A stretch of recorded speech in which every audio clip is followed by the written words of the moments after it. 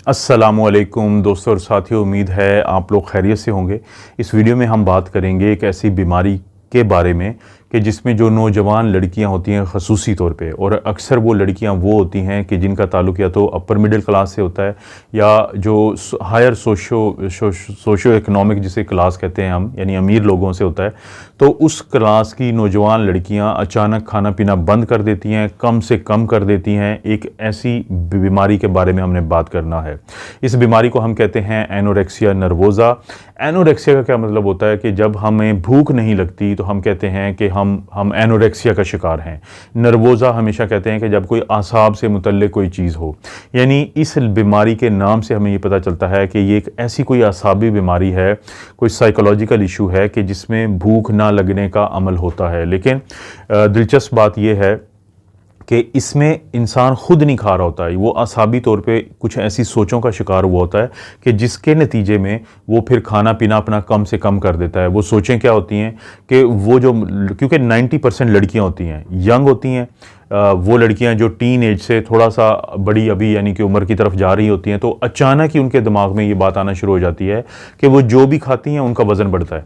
और वो अपने जिस्म को जब भी देखती हैं तो उनको ये जहन में ये बात आती है कि वो जो खाती हैं उससे वो मोटापा हो रहा है, और ये जो मोटापा है उनको उनकी शक्ल बिगाड़ रहा है, उनकी खूबसूरती में फ़र्क डाल रहा है। तो जिसकी वजह से वो कम से कम खाने की तरफ चली जाती हैं और ऐसी जहनी कैफियत में चली जाती हैं कि जिसके बाद वो खुद को भूखा रखना शुरू कर देती हैं। जैसे मैंने बताया कि 90% ये लड़कियां होती हैं, और फिर दो तरीके से ये भूखा रहती हैं। एक तो ये होगा कि जिसको हम रिस्ट्रिक्टिंग टाइप कहते हैं। रिस्ट्रिक्टिंग टाइप क्या होता है कि खाने पीने को बिल्कुल भी वो मुंह में नहीं डालेंगी, खाना वो हाथ नहीं लगाएंगी। वो कोशिश करेंगी कि फैमिली सब खाना खा रही होगी, वो बैठ जाएंगी, लेकिन उनकी कोशिश होगी कि वो कम से कम खाएं। दूसरा होता है कि बिंज और पर्जिंग टाइप। ये जो टाइप होती है इसको हम क्या कहते हैं कि ये अगर खा भी लेंगी खाना ज़्यादा, तो उसके बाद फिर ये वॉशरूम में जाके या साइड पे जाके ये उंगलियों से अपने आप को उल्टियाँ करवाती हैं, और ये पेशाब आवर दवाइयाँ लेती हैं। ये कब्ज़ कुशा जो दवाइयाँ जिसको हम लैक्सेटिव कहते हैं वो लेती हैं ताकि ये खाना निकले उनके जिस्म से, क्योंकि ज़हनी तौर पे वो दिमाग में बिठा चुकी होती हैं कि ये खाना उनको मोटापा की तरफ लेके जा रहा है और मोटापा उनकी खूबसूरती को ख़त्म कर रहा है। तो वो उसके बाद फिर ये इस चीज़ का शिकार हो जाती हैं। आमतौर पर इनका ताल्लुक, जैसे मैंने बताया, कि पढ़े लिखे फैमिली से होता है, अमीर फैमिली से होता है या अपर मिडिल क्लास से होता है। और उनकी फैमिली में अक्सर लोग अपनी ज़िंदगी में कामयाब होते हैं जिनको हम परफेक्शनिस्ट कहते हैं। और ख़ुद ये इनकी भी आमतौर पे देखेंगे तो ये किसी न किसी लिहाज से, चाहे वो पढ़ाई के लिहाज से हो, चाहे वो किसी अपने कारोबार के लिहाज से हो, जॉब के लिहाज से हो, बड़ी परफेक्शनिस्ट या ऑब्सेसिव कंपल्सिव डिसऑर्डर एक होता है, या पर्सनैलिटी कहते हैं, ऑब्सेसिव पर्सनैलिटी, उसका शिकार होती हैं कि हर चीज़ को परफेक्ट करना चाहती हैं। तो इस बीमारी को हम कहते हैं एनोरेक्सिया नर्वोज़ा। आमतौर पे तो इसके अभी तक कोई साइकोलॉजिकल के अलावा कोई बहुत बड़ी वजह नहीं मिलती, क्योंकि होता ये है कि जब कोई इस तरह की लड़की, और 10% चलें अगर हम लड़के भी शुमार कर लें, वो एनोरेक्सिया नर्वोज़ा का शिकार हों, तो उनका वज़न बहुत कम हो जाता है, बहुत बारीक हो जाते हैं वो। फिर उनके अक्सर जो टेस्ट होते हैं वो ख़राब आते हैं, जैसे इलेक्ट्रोलाइट ख़राब आएगा, एंडोक्राइन जो थायराइड वगैरह के जो टेस्ट होते हैं, ग्रोथ हार्मोन के हैं, ल्यूटिनाइजिंग हार्मोन के हैं, फोलिकुल स्टिमुलेटिंग हार्मोन के हैं, वो उनके ख़राब आएंगे। इसी तरह से उनकी आंखों के इर्द गिर्द हल्के पड़ना शुरू हो जाएंगे। इसी तरह से उनके जो ये जो, अगर लड़कियां होती हैं 90%, तो उनके जो मेंसेस होते हैं उसमें डिस्टर्बेंस आ जाएगी। तो इस तरह की अलामात होती हैं। लेकिन जो ये बाकी मैंने लैब टेस्ट की बात की, जब हम इनको करवाते हैं कि जिसमें कि हमें खून की कमी का ये शिकार मिलेंगी, कैल्शियम कम मिलेगा, जो लिपिड्स होती हैं, कोलेस्ट्रॉल ज़्यादा मिलती हैं इनमें, तो वो कहा यह जाता है कि वो बीमारी की वजह नहीं है, बल्कि बीमारी की वजह से वो जो चीज़ें हैं वो ऊपर नीचे हुई होती हैं।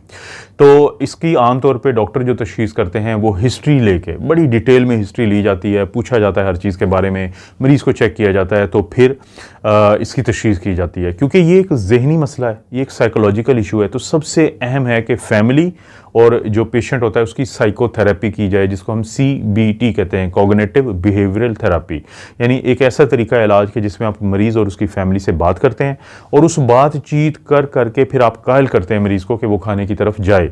और फैमिली की सपोर्ट सबसे ज़्यादा इंपॉर्टेंट होती है, क्योंकि फैमिली जब मरीज़ का साथ इन्वॉल्व हो जाती है तो बहुत ज़्यादा चांसेस हैं कि मरीज़ बेहतर महसूस करता है।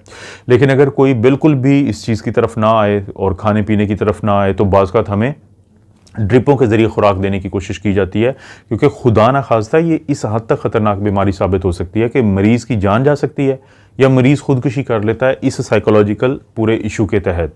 तो इसलिए ड्रिपों के ज़रिए खुराक दी जाती है और बाज़ का जहाँ पे मरीज़ की जान को ख़तरा हो तो वहाँ पे हम ज़बरदस्ती खुराक की नाली नाक के ज़रिए मैदे में जो हम भेजते हैं, जिसको हम ट्यूब कहते हैं, यानी जो फीडिंग ट्यूब, तो वो डाल के हम फीड करते हैं। और इसी तरह से फिर हमारी कोशिश होती है कि इस तरह के मरीज़ों को हम कोई एंटी डिप्रेसेंट दवाई दे देते हैं। मुख्तलिफ़ किस्म की आपको पता है एंटी डिप्रेसेंट हमारे पास ऑप्शंस होती हैं। फिर उसके बाद लिथियम की ऑप्शंस होती हैं, जो मेडिसिन होती है, टैबलेट होती हैं, तो वो ऑप्शन होती है, वो हम देते हैं। तो ये जो बीमारी है एनोरेक्सिया नर्वोसा, जिसमें मरीज़ जो है अपने ज़हनी सोच की वजह से ख़ुद को भूखा रखना शुरू हो जाता है, इसको खुद अपने अंदर, अपने दोस्तों के अंदर, अपने रिश्तेदारों के अंदर आप ज़रूर पहचानें ताकि वक्त पे इलाज किया जा सके। ये काबिल इलाज बीमारी है, लेकिन अगर इलाज ना करें तो इसके ख़तरनाक नतीजे निकल सकते हैं। इस तरह की वीडियोस मिलती रहेंगी इस चैनल पे। इस वीडियो को लाइक करें और हर वीडियो के लिए रिक्वेस्ट है कि लाइक किया करें। चैनल को अभी तक सब्सक्राइब नहीं किया तो ज़रूर सब्सक्राइब करें। घंटी की जो आवाज़ आई है इसको दबा दें। कोई वीडियो लगता है कि किसी दोस्त रिश्तेदार को फ़ायदा दे सकती है तो जो शेयर का ऑप्शन है, ये जो जिसके इर्द गिर्द अभी आपने दायरा बनता देखा है, तो इससे आप आगे ना लोगों से शेयर कर दीजिए करें। डाउनलोड आप अपने लिए कर लें, डाउनलोड करके शेयर करेंगे तो चैनल को कोई फ़ायदा नहीं होगा। आप अपना और अपनी फैमिली को ख्याल रखें। अल्लाह ताला आपको और आपकी फैमिली को हर किस्म की बुराई, बीमारी और आजमाइश से महफूज रखे।